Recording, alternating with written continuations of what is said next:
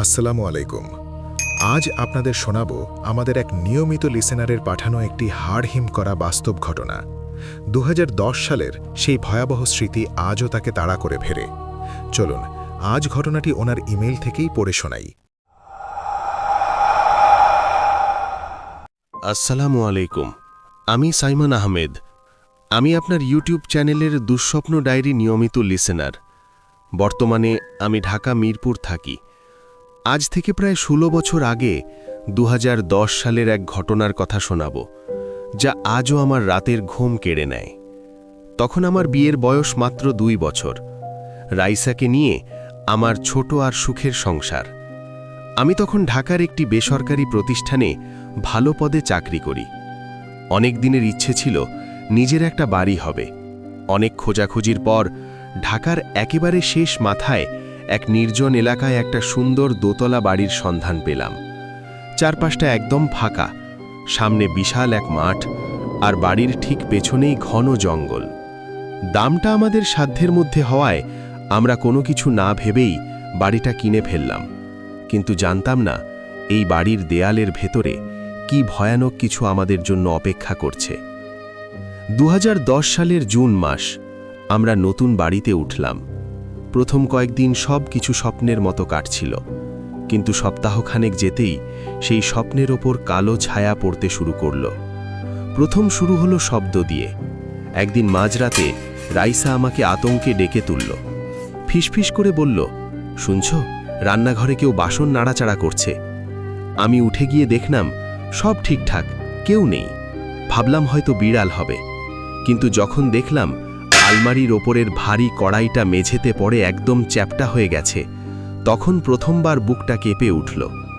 বিড়ালের পক্ষে ওটা সম্ভব ছিল না। বিভীষিকা পূর্ণ রূপ ধারণ করল তার পরের দিন থেকে। আমি অফিস থেকে ফিরে দেখি রাইসা ড্রয়িং রুমে কুঁকড়ে বসে আছে। ও জানাল, দুপুরে ও যখন গোসল করতে গিয়েছিল, বাথরুমের দরজায় কেউ প্রচণ্ড জোরে ধাক্কা দিচ্ছিল, যেন কেউ দরজাটা ভেঙে ভেতরে ঢুকতে চায়। অথচ বাড়িতে ও ছাড়া আর কেউ ছিল না। ও যখন ভয়ে চিৎকার করে দরজা খুলেছিল, দেখল করিডর একদম খালি, কিন্তু ভেজা মেঝেতে বড় বড় কালো পায়ের ছাপ। মানুষের নয়, অদ্ভুত এক প্রাণীর ছাপ দরজার সামনে পর্যন্ত এসে হঠাৎ মিলিয়ে গেছে। সেদিন রাত ৩টের দিকে আমার হঠাৎ ঘুম ভেঙে গেল এক উৎকট গন্ধে। পচা মাংসের মতো এক বীভৎস গন্ধ সারা ঘরে। হঠাৎ মনে হলো খাটের নিচে কিছু একটা নড়াচড়া করছে।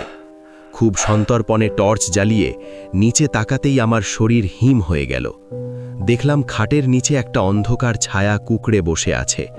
তার দু চোখ দিয়ে অদ্ভুত এক লালচে আভা বেরোচ্ছে। আমি চিৎকার দেওয়ার আগেই সেই অবয়বদা চোখের পলকে জানলা দিয়ে মিলিয়ে গেল। সেই রাতে আমরা আর চোখের পাতা এক করতে পারিনি। পরদিন সকালে ঠিক করলাম এই বাড়ি ছেড়ে দেব, কিন্তু তখনই বুঝলাম আমরা এক অদৃশ্য জালে আটকা পড়েছি। রাইসা যখন ব্যাগ গোছাতে গেল, হঠাৎ কোনো কারণ ছাড়াই ছাদের ওপরের ভারী সিলিং ফ্যানটা গো গো শব্দ করতে শুরু করল, এবং মনে হলো সেটা এখনই খুলে রাইসার ওপর পড়বে। আমরা আতঙ্কিত হয়ে মেইন দরজার দিকে দৌড়ালাম, কিন্তু যা দেখলাম তা বিশ্বাস করা কঠিন। যে দরজা আমি নিজে চাবি দিয়ে লাগিয়েছিলাম, সেটা এখন কোনো এক অজানা কারণে জ্যাম হয়ে আছে। আমি আর রাইসা মিলে জান প্রাণ দিয়ে চেষ্টা করলাম, কিন্তু দরজা ১ ইঞ্চিও নড়ল না। মনে হচ্ছিল বাইরে থেকে কেউ দরজাটা শক্ত করে চেপে ধরে আছে।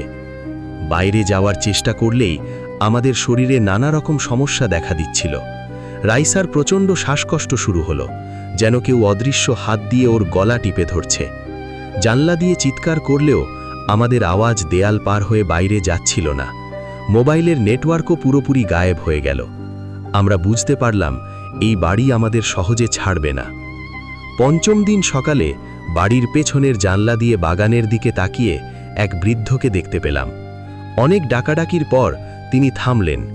ইশারায় তিনি আমাকে যা বোঝালেন তা শুনে আমার আত্মা শুকিয়ে গেল। তিনি জানালেন এই বাড়ির সেই ভয়াবহ ইতিহাস। বাড়ির ইতিহাস, আজ থেকে প্রায় ৫০ বছর আগে এখানে এক সাধক থাকত, যে কিনা অন্ধকার জগতের শক্তির সাধনা করত।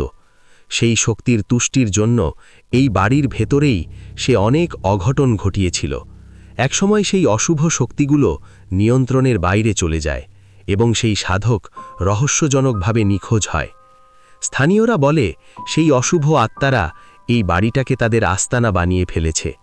যারা এখানে ঢোকে তারা ধীরে ধীরে মানসিক ভারসাম্য হারিয়ে ফেলে এবং অশরীরী এই শক্তির শিকারে পরিণত হয়। আমাদের অবস্থা তখন মৃতপ্রায়।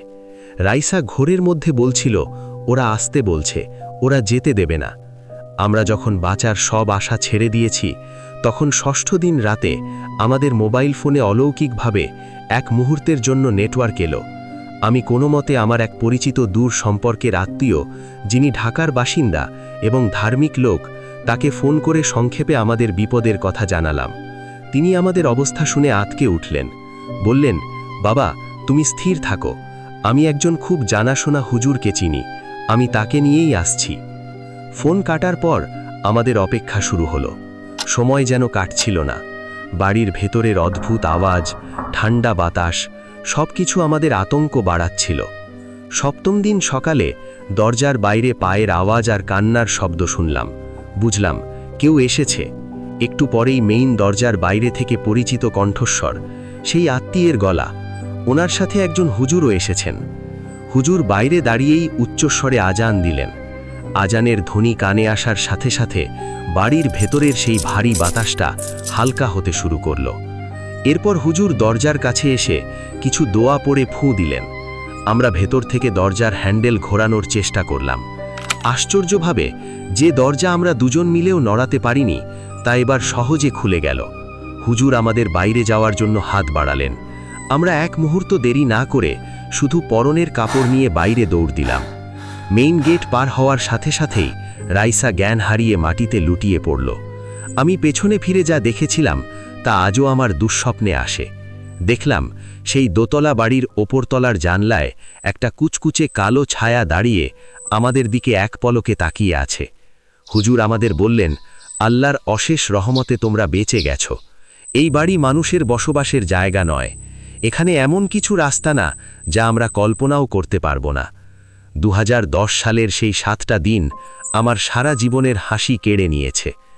আজও আমি মাঝরাতে চমকে উঠি, মনে হয় সেই অভিশপ্ত দেয়ালগুলো আমাকে ডাকছে। আজও ঢাকার সেই এলাকায় কোনো মানুষ ঘর বাঁধার সাহস পায় না। বাড়িটি আজও তেমনি নির্জনে দাঁড়িয়ে আছে, নতুন কোনো শিকারের অপেক্ষায়। জানি না আমার ঘটনা আপনি বিশ্বাস করবেন কিনা, কিন্তু আমার জীবনে এইটাই বাস্তবভাবে ঘটেছে। শ্রোতারা, এই ছিল আমাদের লিসেনারের পাঠানো ঘটনা। সত্যি আমাদের চারপাশে এমন অনেক কিছু ঘটে যা যুক্তির বাইরে। গল্পটি ভালো লাগলে লাইক দিন এবং আপনার মতামত কমেন্টে জানান। পরবর্তী গল্প শুনতে আমাদের ইউটিউব চ্যানেলে সাবস্ক্রাইব ও আমাদের ফেসবুক পেজে ফলো দিয়ে সাথেই থাকুন। আল্লাহ হাফেজ।